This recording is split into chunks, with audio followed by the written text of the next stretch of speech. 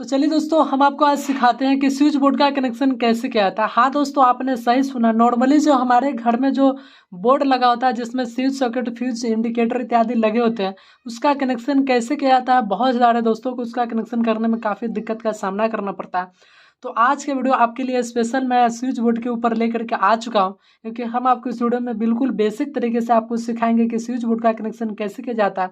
इस वीडियो को पूरा देखने के बाद आप 100% स्विच बोर्ड का कनेक्शन करना सीख जाएंगे, और इससे भी बड़ा बड़ा यदि आपके पास कोई भी स्विच बोर्ड आता है तो उसका भी आप कनेक्शन कर सकते हैं। तो चलिए वीडियो की शुरुआत करते हैं और आपको एकदम डायग्राम के माध्यम से बेसिक से बताते हैं।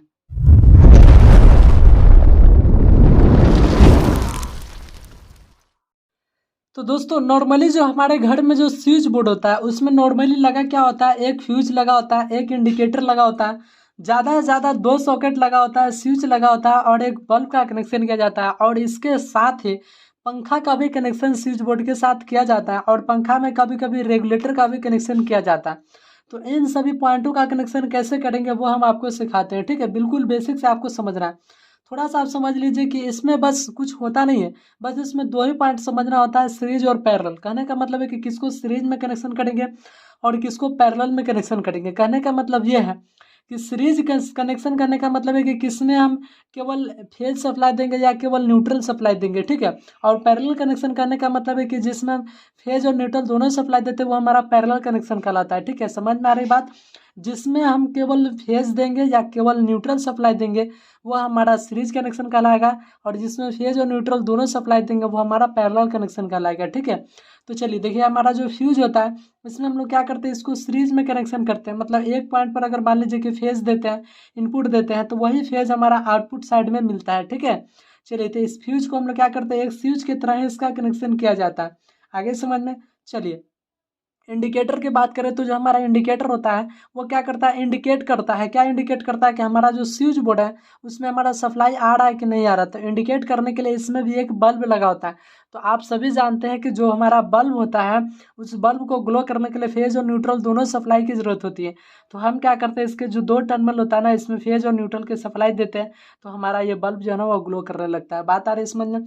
चलिए, यहाँ पर ये जो हमारा दिखाई पड़ रहा है ये हमारे पास 5 पिन सॉकेट है। ठीक है, तो 5 पिन सॉकेट का प्रयोग हम लोग सप्लाई को आउटपुट साइड में लेने के लिए इसका प्रयोग करते हैं। ठीक है, जैसे मोबाइल वोबाइल चार्जर करना है, मोबाइल चार्ज करना है, या कोई हमको टेबल फैन चलाना है। ठीक है, तो उसके लिए हम सॉकेट का प्रयोग करते हैं। ठीक है, तो यहाँ पर देखिए सॉकेट में यहाँ पर टोटल 5 पॉइंट दिखाई पड़ रहा है, 1 2 3 4 5। ठीक है, तो ऊपर वाला ये जो होल दिखाई पड़ रहा है ना यहाँ पर, ये दोनों, ठीक है, इसको हम लोग क्या कहते हैं, इसमें अर्थिंग का कनेक्शन किया जाता है, ये अर्थिंग के लिए दिया जाता है। ठीक है, और यहाँ पर ये जो दोनों साइड दिखाई पड़ रहा है ये दोनों एक ही पॉइंट होता है, इसको हम लोग कॉमन कर देते हैं, और ये दोनों अलग अलग होता है। ठीक है, एक साइड आप न्यूट्रल दीजिए तो एक साइड फेज आप दे दीजिए। ठीक है, चलिए, और यहाँ पर जो हमारा स्विच दिखाई पड़ रहा है यहाँ पर हम स्विच को कनेक्शन के सीरीज में कनेक्शन करते हैं। ठीक है, कहने का मतलब है कि या तो इसमें फेज सप्लाई देते हैं या इसमें हम न्यूट्रल सप्लाई देते हैं, दोनों में से कोई एक सप्लाई दिया जाता है। आ रही है बात समझ में। तो यहाँ पर मैंने 2 सॉकेट लिया है और यहाँ पर टोटल 5 स्विच लिया है। ठीक है, तो चलिए अब हम क्या करते हैं, इसका कनेक्शन करते हैं। और ये वाला जो दिखाई पड़ रहा है ये हमारे पास फैन रेगुलेटर है, इसका भी कनेक्शन कैसे किया जाएगा फैन के साथ वो हम आपको भी सिखाएंगे इसी वीडियो में, ताकि आपको कोई दिक्कत ना हो। ठीक है, तो चलिए फैन जो रेगुलेटर था इसका भी कनेक्शन हम लोग करेंगे। तो चलिए हम सबसे पहले क्या करते हैं, जितने सारे जो पॉइंट है ना सब में हम पहले फेज सप्लाई का कनेक्शन कर लेते हैं, उसके बाद न्यूट्रल सप्लाई का कनेक्शन करेंगे। ठीक है, तो चलिए हमारा जो फ्यूज दिखाई पड़ रहा है जहाँ पर भी हम लोग क्या करते हैं, जो हमारा फेज सप्लाई होता है उसी से हमको खतरा होता है, इसीलिए हम लोग क्या करते हैं, जहाँ तहाँ मतलब हर जगह फेज सप्लाई को ही कंट्रोल करते हैं। ठीक है, तो जब भी आप स्विच बोर्ड का कनेक्शन करें ध्यान रखिए कि फ्यूज में हमेशा फेज सप्लाई ही दे और स्विच में हमेशा फेज सप्लाई ही दे। ठीक है, ताकि स्विच आप बंद करें तो जो आपका इंस्ट्रूमेंट है उसमें सप्लाई न जाए। ठीक है, चलिए तो हम क्या करते हैं, एक पॉइंट लेते हैं फेज सप्लाई का। ठीक है, यहाँ से, और इस फेज सप्लाई को हम सीधे लेकर के हम यहाँ पर जो हमारा फ्यूज का ऊपर वाला टर्मिनल है यहाँ पर हम फेज सप्लाई दे दिए। तो देखिए फेज सप्लाई हमारा फ्यूज में इनपुट हो गया। अब इसके नीचे टर्मिनल से हमारा फेज सप्लाई आउटपुट होगा ना, तो इसको हम लोग क्या करेंगे, सीधे ले जा कर के यहाँ से एक वायर लेकर के, और जो हमारा इंडिकेटर का नीचे वाला जो पॉइंट दिखाई पड़ रहा है यहाँ पर हम फेज सप्लाई को इनपुट कर देंगे। ठीक है, चलिए अब हमारा जो इंडिकेटर है इसको ग्लो करने के लिए बस न्यूट्रल सप्लाई की ज़रूरत है, तो हम क्या करेंगे, यहाँ से न्यूट्रल सप्लाई लेंगे। ठीक है, और इस न्यूट्रल सप्लाई को ले करके सीधे हम इंडिकेटर के ऊपर वाले पॉइंट पर कनेक्शन कर देंगे। तो इतना दूर का आपका पहले कनेक्शन समझ लीजिए कि जब फेज सप्लाई देंगे यहाँ पर तुम्हारा फ्यूज से होते हुए इंडिकेटर में जाएगा और अब ऊपर से न्यूट्रल है, ठीक है, तो हमारा इंडिकेटर ग्लो करने लगेगा, ठीक है। अब जैसे ही हम फ्यूज को निकालेंगे तो सप्लाई यहाँ से कट जाएगी, डिसकनेक्ट हो जाएगी, तो फेज सप्लाई यहाँ पर इंडिकेटर में नहीं आएगी, तो हमारा इस बोर्ड का जो है इंडिकेटर वो ग्लो नहीं करेगा, ठीक है।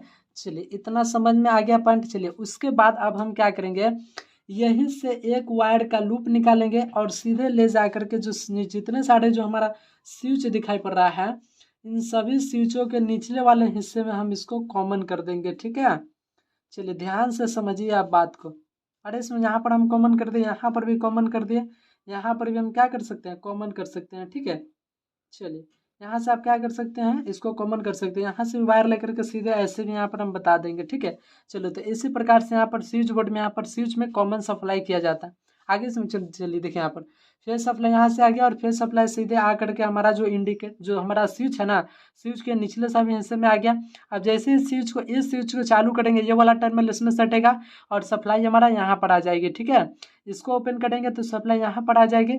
आ रहा है समझ में बात। चलिए अब हम लोग क्या करते हैं, सॉकेट का कनेक्शन करते हैं। तो इस सॉकेट को हम लोग स्विच से कंट्रोल करेंगे। कहने का मतलब ये है कि जब हम स्विच को चालू करेंगे तो सप्लाई इसमें आएगी, स्विच ऑन करेंगे तो सप्लाई नहीं आएगी। तो देखिए यहाँ से अगर डायरेक्ट सप्लाई अगर इसमें दे दीजिएगा तो आपका क्या हो जाएगा, ये स्विच से कंट्रोल नहीं होगा, ठीक है। लेकिन जब इसके ऊपर वाले टर्मिनल से हम क्या करेंगे, एक वायर का लूप निकाल करके और इस वाले वायर को अगर आप जो हमारा इस सॉकेट का जो दाहिना वाला पॉइंट दिखाई पड़ रहा है इसके साथ अगर कनेक्ट कर देते हैं तो सप्लाई तो यहाँ पर है। अब स्विच को जैसे ही चालू करेंगे सप्लाई यहाँ से उठ करके आएगी और इस वायर के माध्यम से इस सॉकेट के ये वाले पॉइंट में चला आएगा, ठीक है। चलिए और स्विच बंद करेंगे तो सप्लाई यहाँ से डिसकनेक्ट हो जाएगी, यहाँ पर सप्लाई नहीं जाएगी, सॉकेट वर्क करना बंद हो जाएगा। सेम टू सेम इसी प्रकार से यहाँ पे भी कनेक्शन करेंगे। इसके ऊपर वाले टर्मिनल से एक वायर का लूप निकालेंगे और यहाँ पर हम क्या करेंगे, इसको हम कॉमन कर देंगे, ठीक है। चलिए स्विच बोर्ड का वायरिंग करने के लिए कितने mm का वायर लगाना पड़ता है वो भी हम आपको वीडियो में लास्ट में बताएंगे। आप पहले यहाँ पर इस जो हमारा कंसेप्ट है जो वायरिंग है वो आप पहले समझ लीजिए, ठीक है। चलिए तो यहाँ पर हो गया। अब हम आपको बताते हैं कि जो हमारा सॉकेट है यहाँ पर तो फेज सप्लाई का कनेक्शन हो गया। अब इस सॉकेट को वर्क करने के लिए जो हमारा है ना न्यूट्रल सप्लाई की ज़रूरत है, ठीक है। तो दोनों में हम न्यूट्रल सप्लाई कर देंगे। तो हम क्या करते हैं, यहाँ से एक वायर का लूप निकालते हैं ये दोनों को, ठीक है। और यहीं से हम यहाँ पर क्या करते हैं, वायर ले करके, ठीक है, और इस वायर को सीधे ले जाएंगे, आपको यहाँ पर दिखाई पड़ रहा है। और जो हमारा ये वाला जो सॉकेट है ना इस सॉकेट में हम यहाँ पर ज्वाइंट कर देंगे, ठीक है। चलिए और यहीं से ये जो हमारा वायर है जो हमारा न्यूट्रल का है, इंडिकेटर के ऊपर वाले पॉइंट पर न्यूट्रल सप्लाई है, ठीक है। तो यहाँ से हम क्या करेंगे, एक वायर का लूप निकालेंगे और इसको सीधे ले जाकर हम यहाँ पर जो हमारा इंडिकेटर का जो सॉकेट का जो पॉइंट था ना न्यूट्रल वाला उसके साथ हम यहाँ पर ज्वाइंट कर देंगे, ठीक है। आपको यहाँ पर समझ में आ रहा है। तो देखिएगा इस यहाँ पर स्विच को ऑन करेंगे तो फेज सप्लाई यहाँ पर आएगी और न्यूट्रल सप्लाई इंडिकेटर के ऊपर वाले टर्मिनल से होते हुए यहाँ पर आ गया, ठीक है। तो हमारा दोनों सॉकेट है वो वर्क करने लगेगा। आ रही है समझ में। चलिए अब हम बल्ब और फेज जो हमारा फैन है ना इसका कनेक्शन करेंगे। तो बल्ब में क्या करते हैं, फेज और न्यूट्रल दोनों की सप्लाई देंगे। तो हम क्या करेंगे, यहीं से एक वायर का लूप निकालेंगे और यहाँ से हम सीधे ले जा करके इंडिकेटर का जो पॉइंट दिखाई पड़ रहा है ना यहाँ पर हम इसमें कनेक्शन कर देंगे न्यूट्रल का, ठीक है। अब हमारा बल्ब में फेज सप्लाई चाहिए तो फेज सप्लाई आप यहाँ से अगर दे सकते हैं ना यहाँ से भी दे सकते हैं, ठीक है। तो आपका जो बल्ब है वो डायरेक्ट ग्लो करने लगेगा, स्विच से कंट्रोल नहीं होगा, ठीक है। तो इसको बंद करने के लिए चालू करने के लिए हम क्या करेंगे, स्विच से इसका कनेक्शन करेंगे। तो यहाँ से एक वायर का लूप निकालेंगे, ठीक है। और यहीं से ये जो हमारा वायर दिखाई पड़ रहा है ना इसको कोई भी स्विच के ऊपर वाले टर्मिनल में आप यहाँ पर कनेक्शन कर लीजिए जो आपका स्विच खाली है। देखिए यहाँ पर अगर कनेक्शन करिएगा तो बल्ब हमारा डायरेक्ट ग्लो करने लगेगा, लेकिन ऊपर वाला टर्मिनल पर आपको क्या करना है, कनेक्शन करना है, ताकि जब स्विच को ऑन करेंगे तो सप्लाई यहाँ से उठ करके यहाँ पर चली जाएगी और न्यूट्रल सप्लाई यहाँ पर तो हमारा जो बल्ब है वो ग्लो करने लगेगा, ठीक है। आ रही है समझ में। चलिए उसके बाद यहाँ पर हम क्या करते हैं, फैन का कनेक्शन करते हैं। तो फैन भी क्या करता है, इसमें भी फेज और सप्लाई न्यूट्रल दोनों सप्लाई की जरूरत होती है। तो हम क्या करेंगे, जो न्यूट्रल सप्लाई है ना यहाँ से मान लीजिए कि इसका दो वायर निकला हुआ है, ठीक है। तो एक वायर को हम क्या करेंगे, जो हमारा इंडिकेटर का जो ऊपर वाला टर्मिनल है यहाँ पर हम न्यूट्रल सप्लाई का कनेक्शन कर देंगे, या आप न्यूट्रल सप्लाई यहाँ पर भी जोड़ सकते हैं। और न्यूट्रल सप्लाई जो हमारा सॉकेट का यहाँ पर ये दोनों पॉइंट दिखाई पड़ रहा है ना, यहाँ पर भी न्यूट्रल सप्लाई है ना, तो अगर यहाँ पर अगर जगह नहीं बचता है तो आप यहाँ पर भी न्यूट्रल सप्लाई का कनेक्शन कर सकते हैं, कोई दिक्कत नहीं, ठीक है, क्योंकि यही वाला वायर जो है ना उठ करके यहाँ पर आ गया। तो फैन में न्यूट्रल सप्लाई चला गया यहाँ पर, ठीक है। अब हमारा फैन को वर्क करने के लिए यहाँ पर क्या करेंगे, ये इसमें केवल फेज सप्लाई की ज़रूरत है। तो यहाँ पर देखिए स्विच से अगर हम डायरेक्ट इसमें दे देंगे तो स्विच से केवल बंद होगा और चालू होगा, लेकिन रेगुलेटर हम लोग क्यों लगाते हैं, फैन को स्पीड को कंट्रोल करने के लिए, बढ़ाने के लिए और कम करने के लिए, ठीक है। तो हम क्या करेंगे, जो स्विच का ऊपर वाला जो टर्मिनल दिखाई पड़ रहा है, इस वाले टर्मिनल को, कोई भी स्विच के, ठीक है, जो ऊपर वाला टर्मिनल है उसको हम, जो हमारा रेगुलेटर है ना, रेगुलेटर के एक दो वायर निकला हुआ है, ठीक है, दो वायर निकला होता है, तो दोनों में से कोई एक वायर को हम स्विच के ऊपर वाले टर्मिनल के सप्लाई साथ ज्वाइंट कर देंगे। तो देखिए यहाँ से हमारा फेज सप्लाई आएगा, स्विच को ऑन करेंगे तो सप्लाई हमारा आकर के रेगुलेटर में चला जाएगा, और रेगुलेटर से जो हमारा फेज सप्लाई आउटपुट होगा ना, इसको हम लोग क्या करेंगे, जो हमारा फैन का जो फेज सप्लाई के लिए जो पॉइंट हम छोड़े थे ना, यहाँ से क्या करेंगे, इसको हम इसके साथ ज्वाइंट कर देंगे, ठीक है। तो देखिए कुछ इस प्रकार से। तो अब जैसे ही स्विच को ऑन करेंगे फेज सप्लाई यहाँ पर आएगी, और यहाँ से होते हुए सप्लाई जो है ना हमारा फैन में चला जाएगा, ठीक है। अब इसको आप जैसे, इसमें क्या होता है, रेजिस्टेंस लगा होता है, ठीक है, तो इसको आप क्या कर सकते हैं, कम कर सकते हैं, बेसी कर सकते हैं, तो जो फैन का जो स्पीड होता है ना वह कम बेसी होता है। समझ में आ रही बात। चलिए अब यहाँ पर एक स्विच हमारा बच गया। तो मान लीजिए कि कोई दूसरा आपको बल्ब का कनेक्शन करना है, तो बल्ब में जो दो पॉइंट रहेगा ना, उसको आप क्या कर दीजिए, एक पॉइंट को आप न्यूट्रल पॉइंट के साथ कनेक्ट कर दीजिए। तो न्यूट्रल आप यहाँ से भी जोड़ सकते हैं, यहाँ से भी जोड़ सकते हैं, यहाँ से भी जोड़ सकते हैं, और यहाँ से भी न्यूट्रल सप्लाई जोड़ सकते हैं, ठीक है। अब बचा हमारा दूसरा वाला पॉइंट, तो उस दूसरे वायर को आप स्विच के ऊपर वाले टर्मिनल के साथ ज्वाइंट कर दीजिए, ताकि स्विच को जब आप बंद कीजिए तो बल्ब हमारा ग्लो करना बंद हो जाएगा, ठीक है। चलिए, तो गाइस इस प्रकार से आप क्या कर सकते हैं, स्विच बोर्ड का कनेक्शन कर सकते हैं।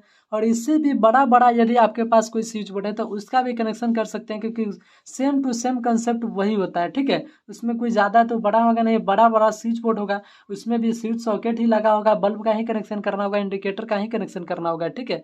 केवल इसमें फ़र्क ये होता है कि बड़ा वाला स्विच में ना, जो स्विच बोर्ड होता है उसमें केवल इसकी संख्या बढ़ जाती है, ठीक है। चलिए अब हम थोड़ा सा आपको बता देते हैं कि जो स्विच बोर्ड का जो कनेक्शन होता है, उसकी वायरिंग के लिए आप जो है ना 1 mm का वायर यूज कर सकते हैं, ठीक है। जो हमारा 1 स्क्वायर mm होता है ना, उस वायर को आप यहाँ पर यूज कर सकते हैं, इसकी वायरिंग के लिए कोई दिक्कत नहीं होगी, ठीक है। चलिए, तो गाइस हम आशा करते हैं कि आपको यहाँ पर स्विच बोर्ड का जो कंसेप्ट है वो क्लियर रूप से समझ में आ गया। तो आज का वीडियो कैसा लगा आपको कमेंट करके जरूर बताइएगा। वीडियो से कुछ सीखने को मिला होगा तो प्लीज़ एक लाइक कर दीजिएगा, और चाहते हैं कि इसी प्रकार का वीडियो सबसे पहले आपके पास पहुँचे तो हमारे चैनल को आप सब्सक्राइब करके बेल आइकन को ऑल पर क्लिक कर लीजिए, ताकि हमारी वीडियो सबसे पहले आपके पास पहुँचे और आप उस वीडियो को सबसे पहले देख करके कुछ नया सीख पाए। तो चलिए आज के लिए इतना है, फिर मिलते हैं नेक्स्ट वीडियो में, तब तक के लिए बाय, जय हिंद, जय भारत।